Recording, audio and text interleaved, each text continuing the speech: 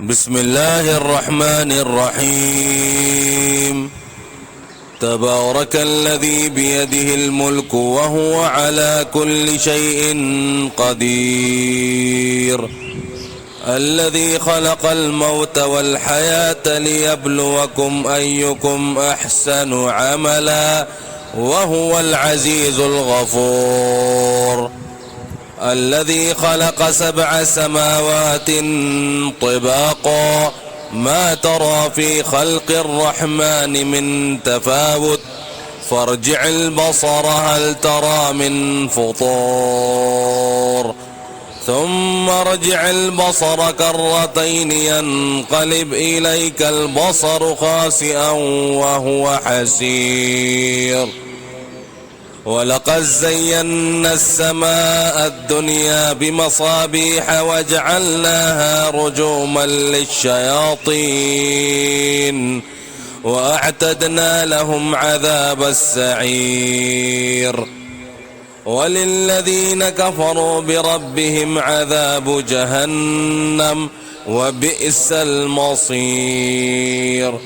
إذا ألقوا فيها سمعوا لها شهيقا وهي تفور تكاد تميز من الغيظ كلما ألقي فيها فوج سألهم خزنتها ألم يأتكم نذير؟ قالوا بلى قد جاءنا نذير فكذبنا وقلنا ما نزل الله من شيء إن أنتم إلا في ضلال كبير. وقالوا لو كنا نسمع أو نعقل ما كنا في أصحاب السعير فاعترفوا بذنبهم فسحقا لأصحاب السعير. إن الذين يخشون ربهم بالغيب لهم مغفرة وأجر كبير. وأسروا قولكم أو اجهروا به إنه عليم بذات الصدور. ألا يعلم من خلق وهو اللطيف الخبير. هو الذي جعل لكم الأرض ذلولا فامشوا في مناكبها وكلوا من رزقه وإليه النشور.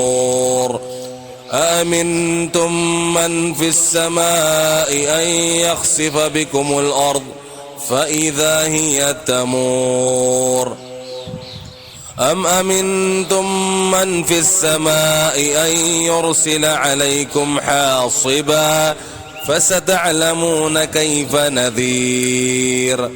ولقد كذب الذين من قبلهم فكيف كان نكير. أولم يروا إلى الطير فوقهم صافات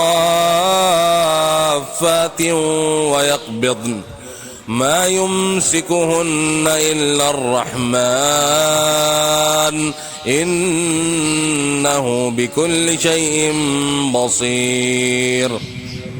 أمن هذا الذي هو جند لكم ينصركم من دون الرحمن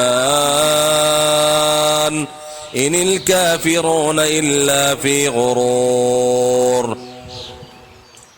أمن هذا الذي يرزقكم إن أمسك رزقه بل لجوا في عتو ونفور.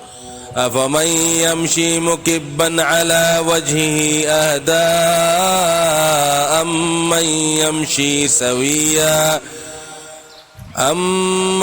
يمشي سويا على صراط مستقيم. قل هو الذي أنشأكم وجعل لكم السمع والأبصار والأفئدة قليلا ما تشكرون.